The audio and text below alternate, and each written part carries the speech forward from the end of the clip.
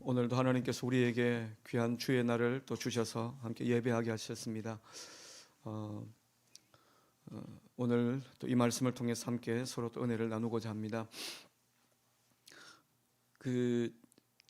가축에 이제 병이 가끔씩 발생을 합니다. 그래서 이제 구제역 아니면 조류 독감 이런 이제 그 병이 발병을 하게 되면 이제 어떻게 하나 보면 이제 소나 돼지 이런 것들이 이제 병이 발병을 하게 되면 그 근방에 있는 뭐 5km, 10km 반경 안에 있는 모든 돼지를 다 살처분합니다. 그러니까 다 죽이는 겁니다. 죽여서는 땅에 이제 다 파묻고 그렇게 합니다. 그런 걸 보면 참 끔찍한 생각이 듭니다. 조류독감이 이제 한번 발생을 하게 되면 그 근처에 있는 그 발생한 그 농가뿐만 아니라 근처에 있는 그런 그 농장에까지 가서 이제 살아있는 멀쩡한 닭들을 다 잡아다가 죽이고 땅에 파묻고 이런 과정들을 계속해서 거치게 되는 것을 보게 됩니다. 왜 그렇습니까? 그 질병이 확산되는 것을 막기 위해서 그렇게 하는 것입니다.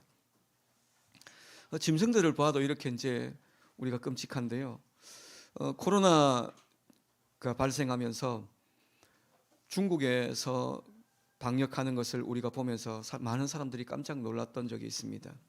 왜냐하면 중국에는 코로나가 발생하니까 그 한 지역을 그냥 아예 봉쇄를 하고 사람들이 아예 그 지역에서 밖에 나가지 못하도록 그렇게 하고 심지어 집 바깥에도 못 나가도록 하기 위해서 집 문에 이렇게 이제 나무를 갖다 대놓고 못질을 해서 사람들이 자기 집 바깥에도 못 나가도록 하는. 그러면 집 안에 있는 사람들이 얼마나 마음이 불안하겠습니까? 그러니까 밖에서 외부에서 음식을 제공해 주지 않으면 이제 자기 집 안에서 꼼짝없이 굶어 죽을 수밖에 없는데 이거 어떻게 해야 됩니까? 정말이 마음이 불안할 수밖에 없는 그런 상황 가운데 이제 사람이 빠집니다. 그렇게 하는 이유도 질병의 확산을 막기 위해서 그렇습니다. 그렇게 해도 사실 잘 막아지지는 않죠. 그래도 그나마 그렇게 하니까 우리가 거리두기도 하고 마스크도 쓰고 백신도 맞고 지금 이렇게 하니까 이 정도로 지금 통제가 되고 있는데 오늘도 제가 깜짝 놀랐습니다. 제가 그 문경에서 이렇게 많은 확진자가 발생했나 처음 본 것 같아요. 어제 보니까 30명이 발생을 했더라고요. 아마 지금까지 제가 본 것 중에서는 최고 많은 확진자가 발생한 것 같습니다. 사실 누가 30명 정도 독감이 문경시에서 30명 걸렸다 이러면 7만 명 인구 중에 30명이 뭐 그렇게 크지 않지 않습니까? 그러니까 뭐 흔적도 없는데 그런데 이게 코로나라고 하니까 무서운 질병이라고 하니까 사람들이 또 걱정도 하고 혹시 그게 전염이 되어서 우리에게까지 그렇게 그 질병이 미치지는 않을까 걱정을 하는 것입니다. 막아야 되죠. 그걸 막아내야 됩니다. 여러분 그런데요, 죄는 어떻습니까? 죄도 이 전염성이 굉장히 강하거든요. 죄도 전염성이 굉장히 강하고 또 아버지의 죄가 자식에게 이어질 때가 많고, 그러니까 옛날에 이제 결혼을 하면 그 집안을 이렇게 이제 많이 보는데 그 아버지 성품이 어떻더냐, 그 집안이 양반 집안이냐, 그 집안이 이렇게 재물은 좀 있더냐, 그 집안이 이런 재주는 있냐, 머리는 있냐, 뭐 저런 여러 가지들을 이제 많이 살피게 됩니다. 그렇게 해서 이제 결혼을 했는데 뭐 다른 건 몰라도 어쨌든 성격이나 이런 부분들은 참 그 부모로부터 많이 닮아갈 수밖에 없지 않습니까? 이 죄는 더 많이 전염이 됩니다. 쉽게 전염이 됩니다.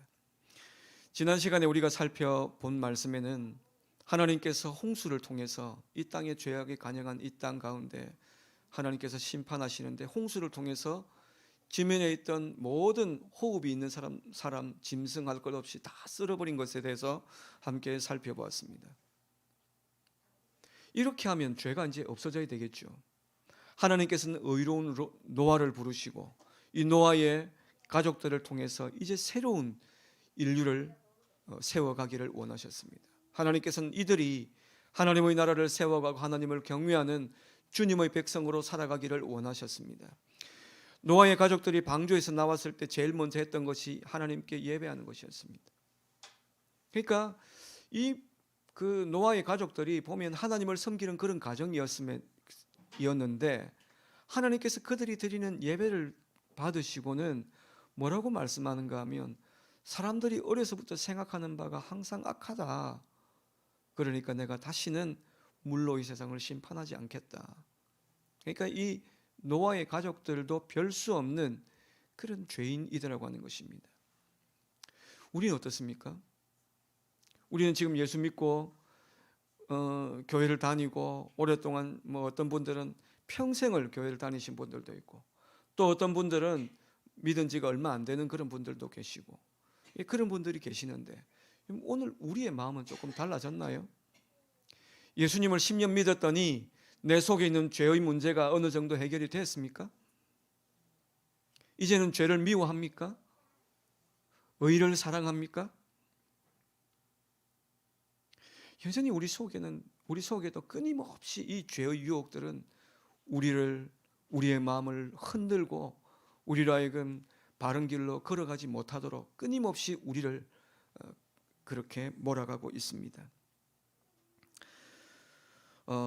노아의 가족들 가운데도 이제 그랬습니다. 노아가 이제 방주에서 나오고 난 뒤에 농사를 했는데 포도 농사를 해가지고 농사가 잘 되었습니다. 포도를 가지고 포도주를 만들어서 먹고는 이 노아가 뻗었는데 완전히 이 정신 못 차리게 이제 뻗어버렸습니다. 그래서 이제 완전히 발가벗고 이제 있었던 것입니다. 그런데 그 아들 가운데 어떤 아들은 그 아버지의 부끄러운 수치를 덮어준 아들이 있었는가 하면 또 어떤 아들은 아버지의 부끄러운 수치를 드러내고 그렇게 하면서 조롱했던 아들이 있었습니다. 노아가 일어나 가지고 저주하게 됩니다. 이런 이제 노아의 가족들의 이런 그 여러 많은 가족들이 있었는데 이 가족들 가운데서 일부가 계속 이제 노아를 향해서 그 죄를 덜추어내고 부끄러운 수치를 가려주지 않았던 이 함의 후예 가운데서 이제 일부가 이렇게 이제 시날이라고 하는 곳으로 옮겨가게 됩니다. 시날이라면 시날은 두 강 사이라고 하는 뜻입니다. 두 강 사이. 여기 이제 똑같은 말로 우리가 잘 아는 말은 메소포타미아라고 하는 곳이 있습니다. 메소포타미아라고 하는 말도 두 강 사이라고 하는 뜻입니다. 이라크, 이란 이런 나라들이 지금 그 가운데 있죠. 유프라테스 강, 티그리스 강 있는 그 지역입니다. 그곳에 이제 사람들이 이주해 가가지고는 거기서 사람들이 아주 높은 성을 쌓게 됩니다. 탑도 높이 쌓고 성도 높이 쌓고 그렇게 하면서 자기들이 가지고 있는 모든 힘과 모든 기술과 모든 돈을 그러니까 재원들을 다 동원해서 그 성을 쌓는 일을 하게 되었습니다. 그리고 이제 그 탑 이름을 바벨이라고 그렇게 이름을 짓게 되었습니다. 바벨이라고 하는 이 이름은 창세기 11장에 처음으로 이제 등장을 하지만 이렇게 해서 이 바벨이 그냥 그대로 끝이 나는 것이 아니고 이후에 보면 이 바벨이 새로 그 이름이 등장을 하게 되는데 나중에 남유다를 멸망시킨 나라가 바벨론이라고 하는 나라가 있습니다. 그렇게 해서 이 나라가 이 바벨이라고 하는 그곳이 다시 이렇게 나라로 등극을 하게 되고 요한계시록 말씀을 보면 성도들을 박해하는 그 무리들을 향해서 무너졌도다 무너졌도다 큰 성 바벨론이여 그러면서 이 바벨론을 향한 저주를 보게 됩니다. 그래서 이 바벨이라고 하는 이것은 하나님을 대적하고 또 하나님의 백성을 핍박하고 괴롭히는 또 유혹하는 그런 대명사로 이 바벨이라고 하는 이름이 쓰여지고 있는 것을 보게 됩니다. 홍수 이후에 사람들이 시날 땅에 도착해서 이들이 바벨 성을 쌓게 되었는데 이 성을 통해서 이 사람들이 뭘 꿈꾸었는가 하면 하나님 없는 성공을 꿈꾸었습니다. 사람들은 이 성을 통해서 하나님 없이 사람의 힘으로 뭔가 큰 일을 이루어 보려고 했던 것입니다. 죄의 뿌리가 어디 있나 보면요, 이 죄라고 하는 것은 어디 가가 다른 친구들을 두들겨 패고 물건을 훔치고 아니면 살인을 하고 사기를 치고, 여기서 시작이 되는 것이 아니고, 이 죄의 가장 그 밑바탕에 있는 죄의 뿌리는 하나님 없는 성공을 꿈꾸는 거기에 있습니다. 우리가 하나님을 우리 마음 속에 두기를 싫어하는 사람들이 가장 먼저 시작하는 것이 뭔가 하면, 하나님 없이 내 힘으로, 내가 가지고 있는 능력으로 뭔가 한번 성공을 이루어 보겠다라고 하는 것입니다. 그러니까 이제 사람들은 끊임없이 하나님 없이 내 힘으로 번영을 이룰 수 있고, 내 힘으로 안전한 세상을 만들 수 있고, 내 힘으로 쉼을 누릴 수 있다, 그러면서 사람들이 살아갑니다. 이것이 죄의 뿌리라고 하는 것입니다. 그 일을 위해서 이들은 성을 쌓았습니다.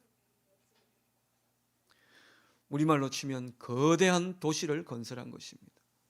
안전을 위해서, 쉼을 위해서, 풍요를 위해서 사람들은 도시를 건설했다고 하는 것입니다. 창세기 11장까지 보면은 사람들이 성을 쌓았다라고 하는 이것에 대해서 이제 세 번이 이제 나오는데요. 여기까지. 먼저는 창세기 4장 말씀에 보면 가인이라고 하는 사람이 성을 쌓는 것을 먼저 보게 됩니다. 이 가인이 동생 아벨을 이제 때려 죽였습니다. 하나님께서 자기 예배는 안 받고 동생의 예배는 받으시는 것을 보면서 가인이 화가 나가지고 자기 동생을 때려 죽이고는 도망을 쳤습니다. 이제 도망을 쳤는데도 불구하고 계속해서 이 가인의 마음속에는 두려움이 있는 것입니다. 그래서 계속해서 두려운 마음이 한 곳에 살지 못하고, 내가 여기서 조금 살다 보면 누군가 내가 어디 있는지를 발견해서 내게 찾아와서 나를 괴롭힐 거야, 나를 죽이려고 할 거야.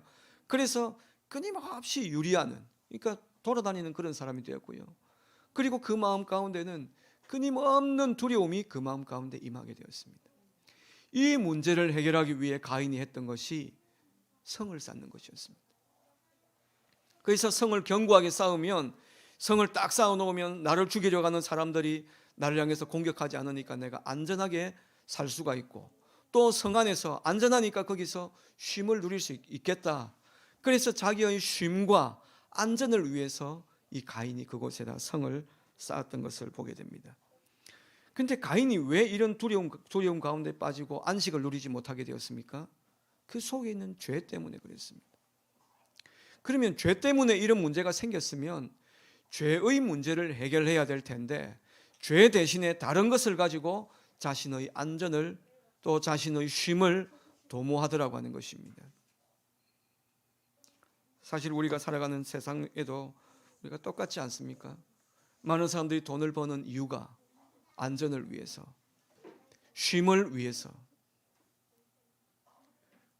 근데 사실 우리가 저는 돈을 많이 가져본 적이 없어가지고 잘은 모르겠는데, 돈을 가져도 그 사람들의 마음속에 평강이 없더라고 하는 것입니다. 이건 가진 사람들이 하는 이야기를 들은 것입니다. 두 번째 성이 나오는데, 그것은 니므롯에 의해서 세워지게 됩니다. 이제 니므롯에 의해서 세워지게 되는데, 이것은 창세기 10장에 이 사건이, 이 내용이 기록되어져 있습니다. 창세기 10장 8절에 보면 이 니므롯을 가리켜서 그는 여호와 앞에 큰 사냥꾼이었다, 그렇게 말하고 있습니다. 이 니므롯은 여호와 앞에 큰 사냥꾼. 니므롯의 이름의 뜻은 대항하다, 반역하다, 대적하다, 이런 뜻을 가지고 있습니다. 그리고 여호와 앞에라고 그렇게 이제 우리 성경은 그렇게 번역이 되어 있는데, 이것이 다른 말로는 어떻게 번역이 되어질 수 있는가 하면, 여호와 앞에라고 하는 말로도 번역이 되지만, 여호와를 대항하여, 하나님과 대항한다, 그런 의미도 가지게 됩니다. 또 이제 이 니므롯을 가리켜서 그는 큰 사냥꾼이었다, 그렇게 말하고 있는데요. 사냥꾼 이러면 우리 생각에는 사냥꾼 뭐 하는 사람입니까? 다니면서 멧돼지 잡고 또 토끼 잡고 꿩 잡고 이렇게 하는 사람들이 사냥꾼이지 않습니까? 그런데 고대에는 사냥꾼 이러면은 이 짐승만 잡는 게 사냥꾼이 아니고 사람을 잡는 것도 사냥꾼인 거예요. 사람을 죽이고 싸우고, 우리가 이게 이제 멧돼지를 잡는 거나 사람을 잡는 거나 별반 이제 죽인다, 상대방을 제압하고 죽인다고 하는 입장에서 보면은 뭐 별반 다르지 않습니다. 그래서 이제 이 니무롯이 어떤 사람이었나? 이 니무롯은 그냥 단순히 짐승을 많이 잡아가지고 그래서 부자가 된 사람이 아니고, 이 사람은 전쟁에 능했던 사람, 정복자, 그런 사람이었다라고 하는 것을 우리가 알 수가 있습니다. 이 니무롯이 이 여기까지의 내용을 가지고 우리가 생각해 보면, 이 니무롯은 하나님을 대적하여서 사람을 억압하고 사람들을 죽이고 그래서 얻은 힘과 권세로 큰 도시를 건설했던 사람, 그렇게 우리가 생각할 수가 있습니다. 니무롯이 왜 이렇게 했을까요? 니무롯은 왜 하나님을 대항하고 그리고 사람들을 죽이고 억압하면서 큰 힘을 얻고 세력을 얻고 큰 도시 국가를, 그러니까 제국을 이 니무롯이 건설을 했을까? 왜 이런 사람이 되었을까? 자기가 살아가는 이유를 거기에서 발견을 하는 것입니다. 자기가 살아가는 이유를 이 정복을 통해서, 자기가 가지고 있는 그 힘을 통해서 증명하고 싶었던 것입니다.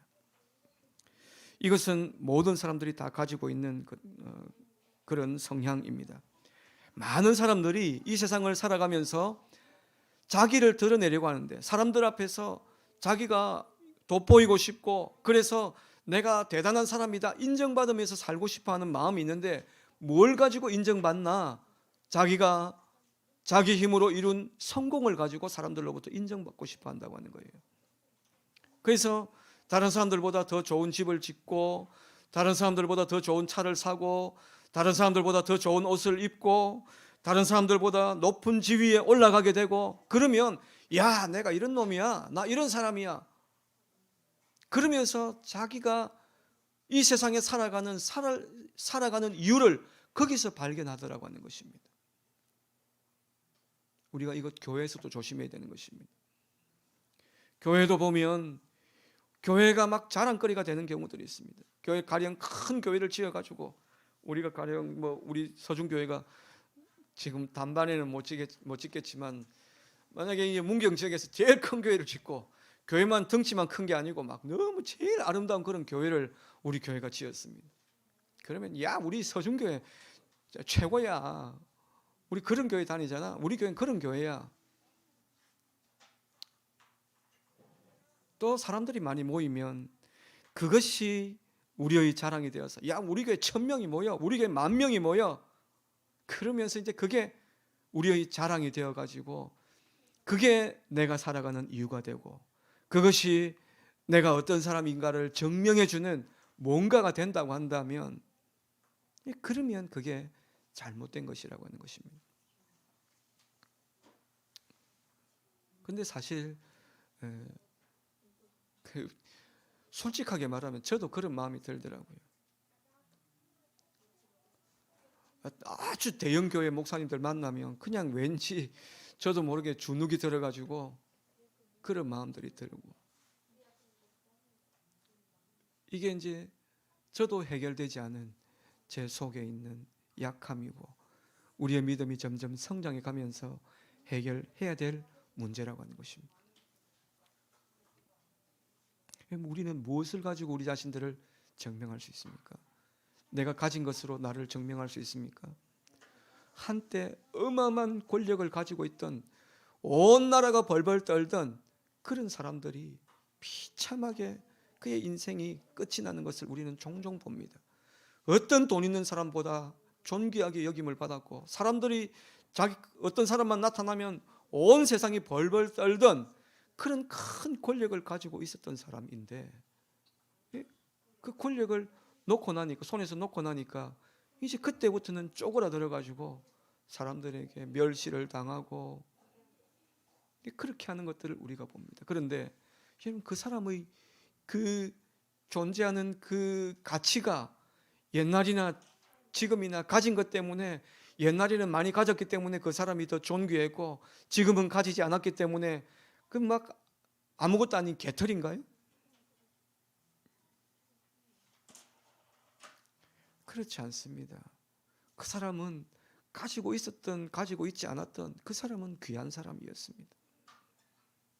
권력자이기 때문에 더 귀한 것도 아니고 많이 가졌기 때문에 더 귀한 것도 아니고 없기 때문에 우리가 또 모자라는 사람도 아니라고 하는 거예요.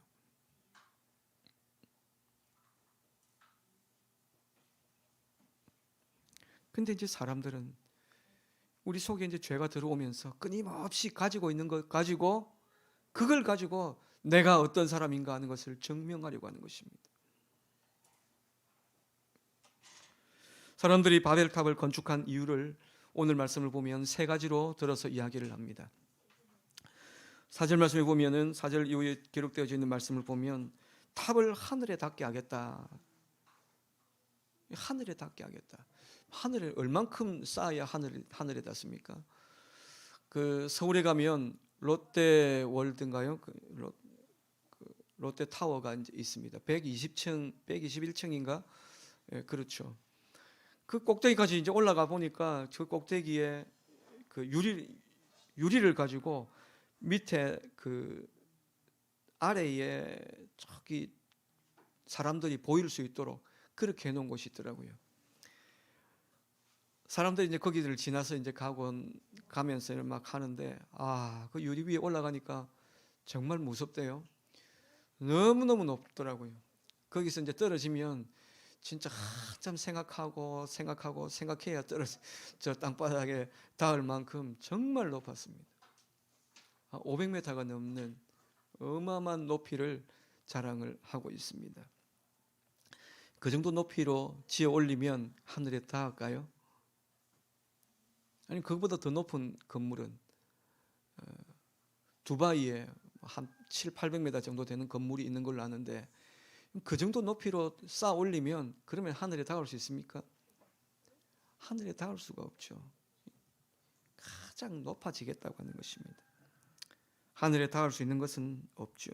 스스로 하나님을 벗어나서 내가 높아지겠다. 내 스스로 내 인생의 주인이 되어서 하나님 없이 내 힘으로 이 세상을 낙원으로 만들어 보겠다.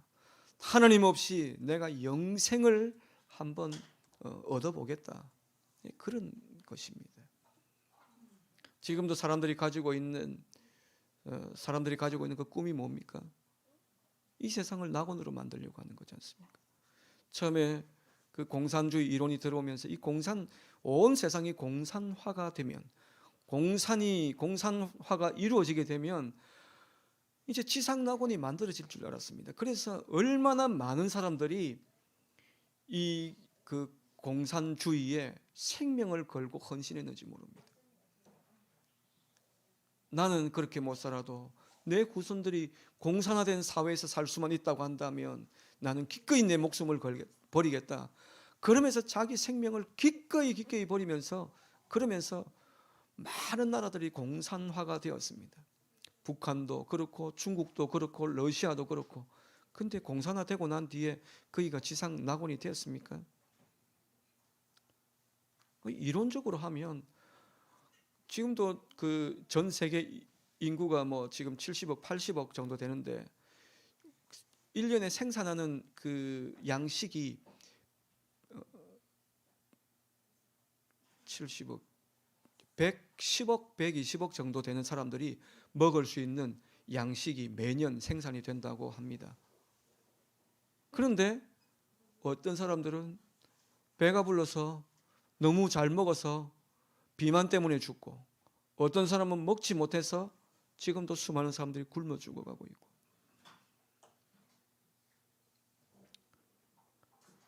이게 이제 완전히 다 양식을 똑같이 나누게 되면 그러면 그렇게 굶어 죽는 사람도 없고 또 비만으로 그렇게 우리가 살 빼기 위해서 고생하지 않아도 될 것 같고 그런 세상이 되면 좋겠다 싶죠. 그런데 우리 속에 있는 욕심이 그렇게 가만히 두지를 않습니다.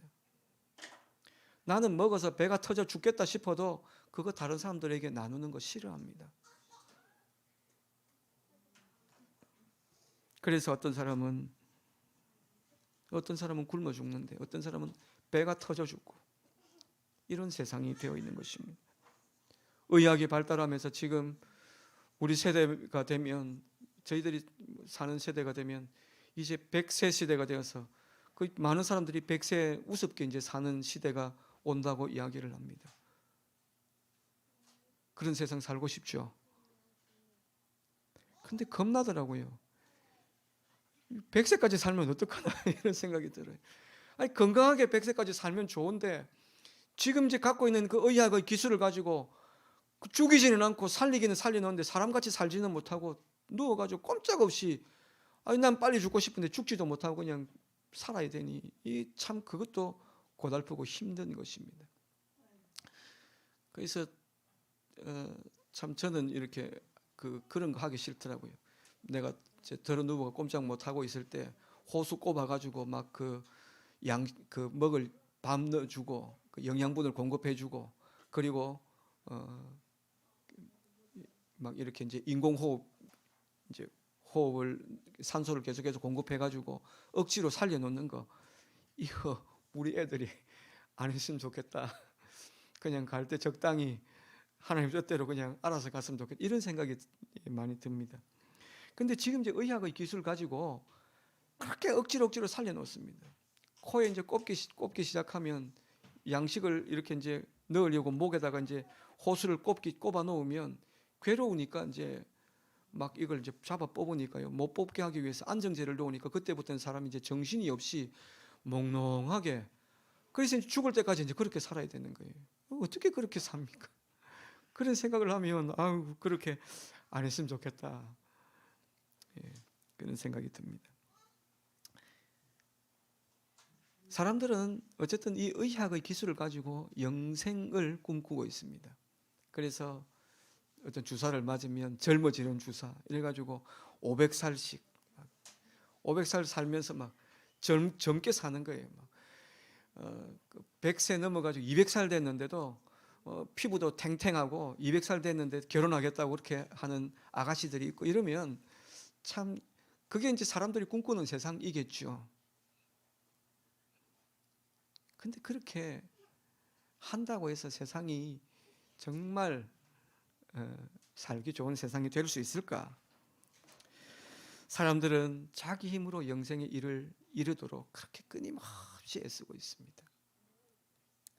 그리고 이들이 성을 쌓은 이유가 우리의 이름을 내는 것입니다. 우리에게 이름 참 중요하지 않습니까? 우리나라 속담에도 호랑이는 죽어서 뭘 남깁니까? 호랑이는 죽으면 가죽을 남기고 사람은 죽어서 이름을 남기고 사람은 뭐 가죽을 남길 수는 없으니까 이름을 남긴다 그런 이야기가 있습니다. 그래서 많은 사람들이 자기 이름을 세상에 남겨놓기 위해 업적을 쌓고 하지만 세월이 지나면 누구든 이 사람이든 저 사람이든 잊혀지기 마련입니다. 스스로 이 사람들은 자기의 이름이 온 세상 가운데 알려지기를 원했습니다. 이것이 세상을 살아가는 많은 사람들이 살아가는 이유가 되어 있습니다. 그리고 이들은 흩어짐을 면하기 위해서 이 성을 쌓았습니다. 왜 이 사람들이 이렇게 성을 쌓고 도시를 만들어야 했을까요? 범죄한 사람들에게는 이렇게 도시가 필요했습니다. 왜 필요한가? 자기들이 이룬 그 성취를 사람들이 보고 부러워해 줄 사람이 있어야 되니까요. 내가 이만큼 일해가지고 내가 이거 얻었잖아. 우리 집은 이렇게 크잖아. 그걸 사람들이 보면서 부러워하고 나에게 머리를 조아릴 사람이 필요하니까 도시가 필요한 것입니다. 사람은 칭찬과 인정이 필요합니다. 그런데 그 칭찬과 인정을 하나님께 듣든지 아니면 사람에게서 듣든지 해야만 되는데 사람이 그 칭찬과 인정을 하나님께 듣게 되면 어떻습니까? 우리는 하나님의 말씀 속에서 우리는 안전을 느낍니다. 말씀 속에서 우리는 우리 자신들의 가치를 발견하게 되고 말씀 속에서 우리는 쉼을 누리게 됩니다. 교회만 다닌다고 그렇게 되는 것이 아니고 정말 하나님의 말씀을 사랑하고 이 말씀에 순종하기를 원하고 그렇게 살아가는 사람들은 쉼을 누리고 또 내가 하나님 앞에서 얼마나 가치 있는 사람인가 하는 것을 그 속에서 발견하게 됩니다. 그런데 하나님의 말씀을 듣지 못하는 사람들은 어떻습니까?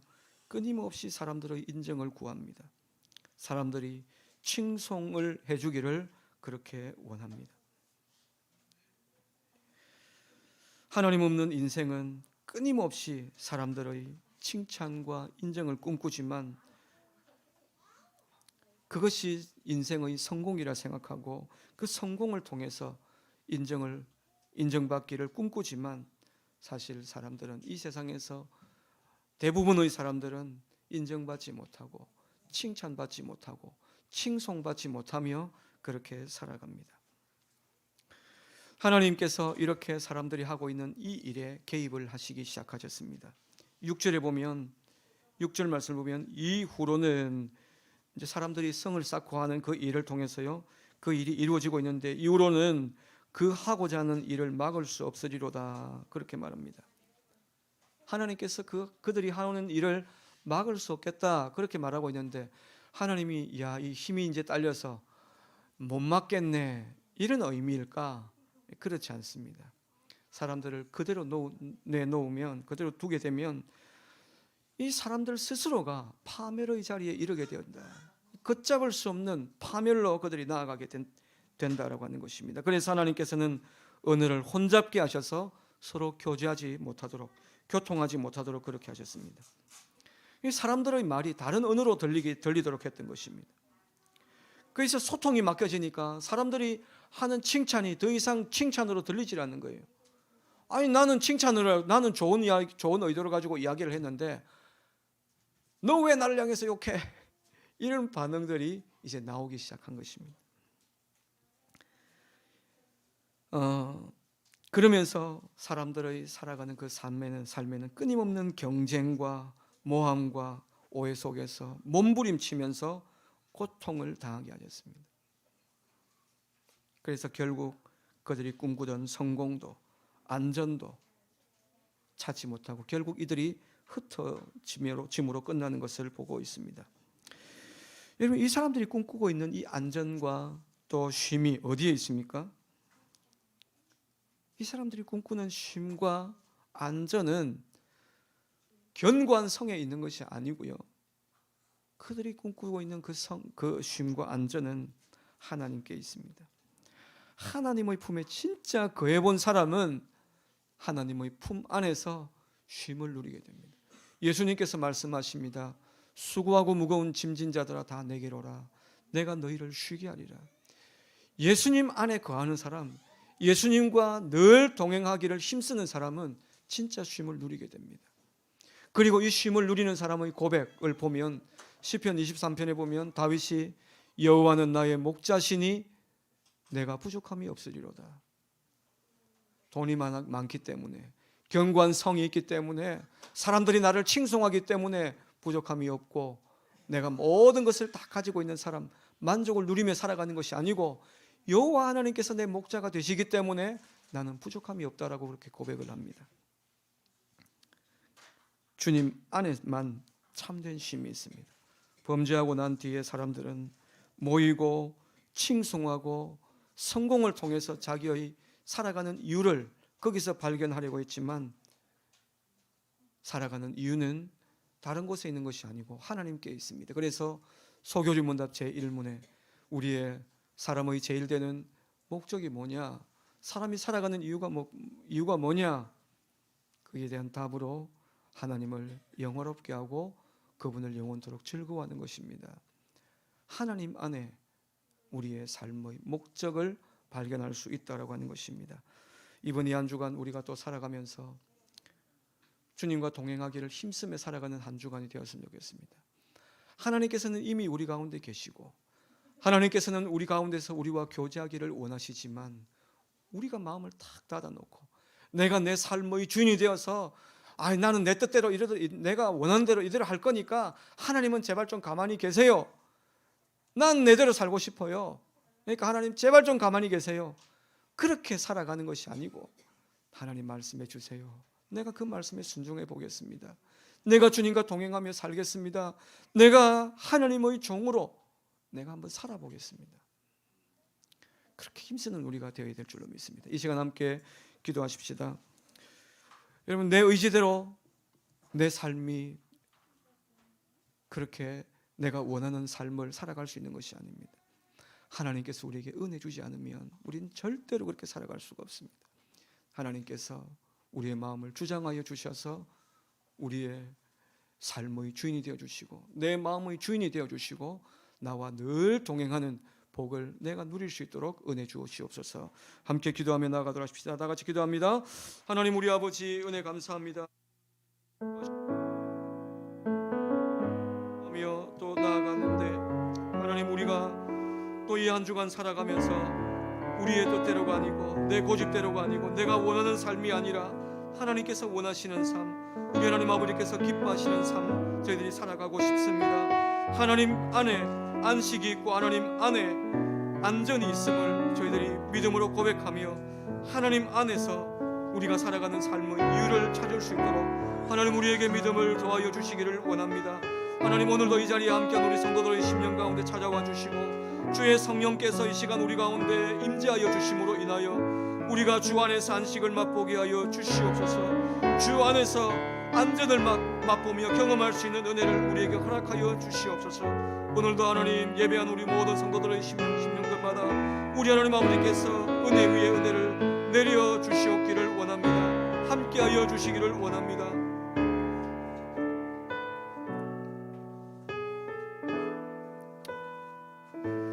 참 좋으신 우리 하나님, 귀하신 은혜를 감사합니다. 하나님이 우리의 왕이 되시고 우리의 주인이 되시고 우리의 창조주가 되셔서 우리의 삶을 이끌어 주시고 다스려 주셔서 감사합니다.